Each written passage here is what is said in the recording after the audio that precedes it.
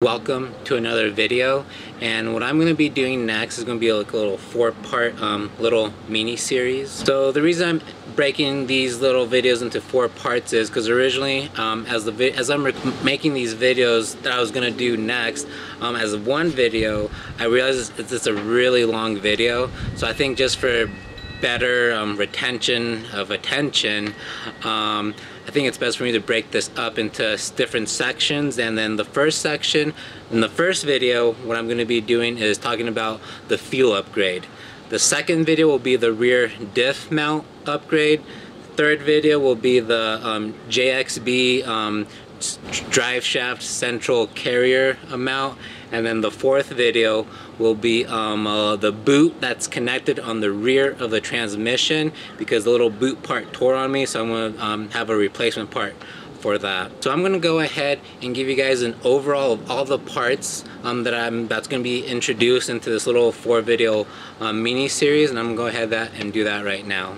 So the first thing is this 034 motor from 034 Motorsports, and this is a boot kit. So if you can picture this, so in the rear part of the transmission, for a manual transmission, I can't really speak for automatics, so there's your transmission, and then right here where your drive shaft connects to go to the the rear diff on the car, this boot right here, this rubber part in the inside tore on me. So it was cool that I was actually able to find just the part that I needed and not actually have to buy a whole new drive shaft with that boot. So here's that grease, and then there's some little gaskets right there. So that is part number 1. So that's more like a maintenance thing that I gotta do. Here's the rear diff mount. So this thing is well packaged. I'll get it out later, but yeah, I'm getting a new rear diff. So right now I have the OEM rear diff, so I definitely need something to definitely be able to hold all the movement. So yes, I finally got this, because I actually, again, right now what I have is the OEM one still installed. And as far as like the bushings go, I got the race edition, not the street but the race ones, because I guess when it's all about that race car. So with the fuel pump, so right now the fuel pump that I have is the 5, I can't remember, but I'll post a little screen here of what fuel pump I have. So this is still the Walbro, and this is actually an upgrade. So this is actually 1 step above the what's called the Hellcat. So this is a 535 LPH fuel pump. So yes, I am again, this is E85 safe, because I am still going to be using E85 as my main source of fuel. And I don't know if you can pick up the part number, focus in right there. So yeah, so it's still the same brand, but just a stronger fuel pump. And the fuel pump will actually be accommodated with another accessory to help this fuel pump perform even better. So this thing will be even performing way better than as it is right now. And then the last thing I got is I need new fuel rails. So this is the new fuel rail. This is actually from Alex. So yes, he did an amazing job. And if you saw my Instagram story a while ago, actually I posted a story, and yeah, these weldments are amazingly beautiful. It's like poetry. I just want to cry. So on the subject of the fuel rails, I will be going back to like the OEM style fuel rails, because I will need, so you can see here is where the fuel will be entering, and where the cap is, I will have to do like a fuel return system, because if you're familiar with the US versions of the B6 S4/B7s, they don't have the fuel return with these. The fuel return is actually at the fuel filter of the car, and then like the Europeans or whatever, their cars actually have the return line over by the fuel rail.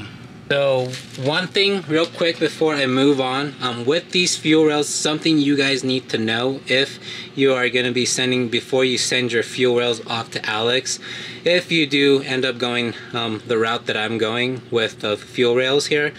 So something that I learned, there's 2 types of fuel rails.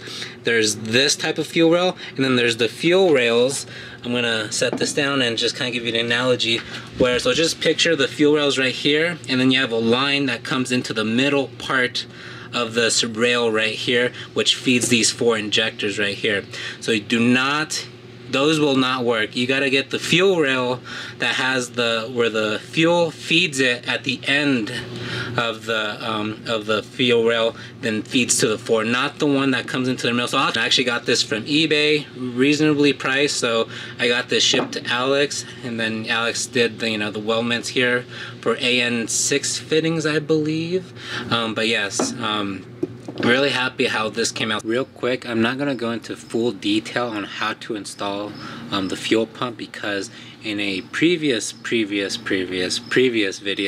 I actually made a step-by-step into-depth video on how to install the fuel pump. So it's this video right here, and then again I will post that video right down below the parts list with the link to that video, so you guys can go watch that video to have better detail as far as how to install an aftermarket fuel pump. So one thing I want to mention actually before moving on, so right now the Walbro fuel pump that I have installed right now in the car, that's still being powered through the ECU. So I do not have a fuel pump relay at all.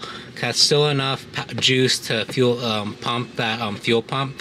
But with going with this stronger fuel pump, that will not be the case, because the ECU will not give enough power for this fuel pump. So either if you do go with the fuel pump relay, this is what you'll have to do to power this efficiently, and or you can go through the different route, which I'll be going through. But I mean, once that time comes, I'll definitely show you guys how to wire that.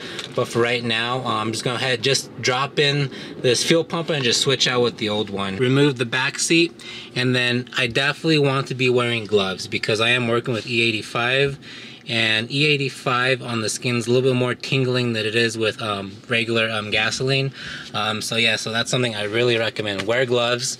And also another thing before I move on, so with me, I do not have to empty out the fuel tank on this, because technically when I put this car in parking mode for the next chapter of its life, I actually was already on the empty fuel light warning gauge on my little cluster board, so I don't need to empty out any fuel from this. But if you are still at the full line or kind of close to full, I definitely recommend drive the car some more, because trying to get the fuel pump out when you have a full tank of fuel, it is just really messy. So you want to try to get as much drained as possible naturally by driving it, or just by opening this up and then pumping it out. Right, so I finally got it off. So here is the old one, because I have the little black line marked on it, and here is the new one. So it's definitely, you can see, so it's a F9 0000000 and a lot more 000s, 267. This is an F9 0000000, a lot more zeros, 295. So in other words, 267, 295, if that makes a difference. Made in the USA, America. And yeah, so it's definitely the same size, length, color, appearance. I guess they weigh the same. Well, this one definitely smells like E85. This one smells fresh out of the press. So yes, I mean everything, even the bottom. So everything pretty much looks the same. Just one's a powerful pump, and as mentioned before, this one, the old one, I got away with it being powered by the ECU, giving it power, and this one not so much. So this one you will need a fuel pump relay, or what I'll be using, which again I'll be mentioning at a later time, but not right now, how this will be being powered.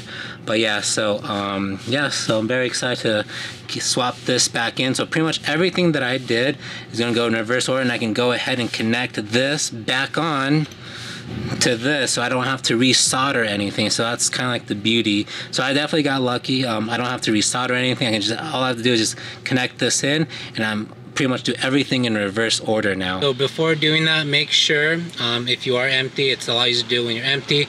Get any gunk or junk that's down at the bottom, go ahead and clean that out.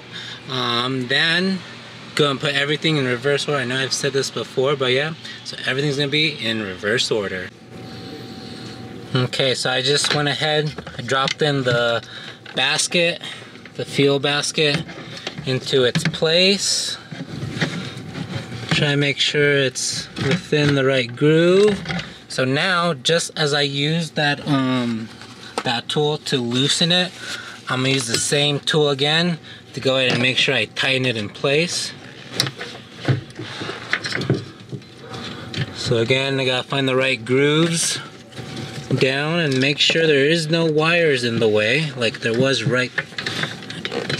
just right there. So definitely don't want to pinch any wires, because then what took to be a 30-minute modification or whatever turned out to be a 30-day ordeal thing, because we all know what that's like. Gotta make sure no wires are being pinched. Alright, I think I'm good and locked. I'm gonna get my ratchet, connect it in, and then make sure I'm in the on. Then there, it just snapped right there into place. To remove the tool, I'm just gonna verify. I'm gonna wiggle the basket around to make sure it's not loose, that it is set in place. Yeah, that's definitely set in place. Alright, so the gasket is back in. So now I just gotta make sure any wires that are on the bottom part are on the bottom part. Anything that's on top stays up here on the top. Everything's in. So next is the lock ring. So now I'm gonna go ahead and tighten this. Looks like I have a better approach right from here.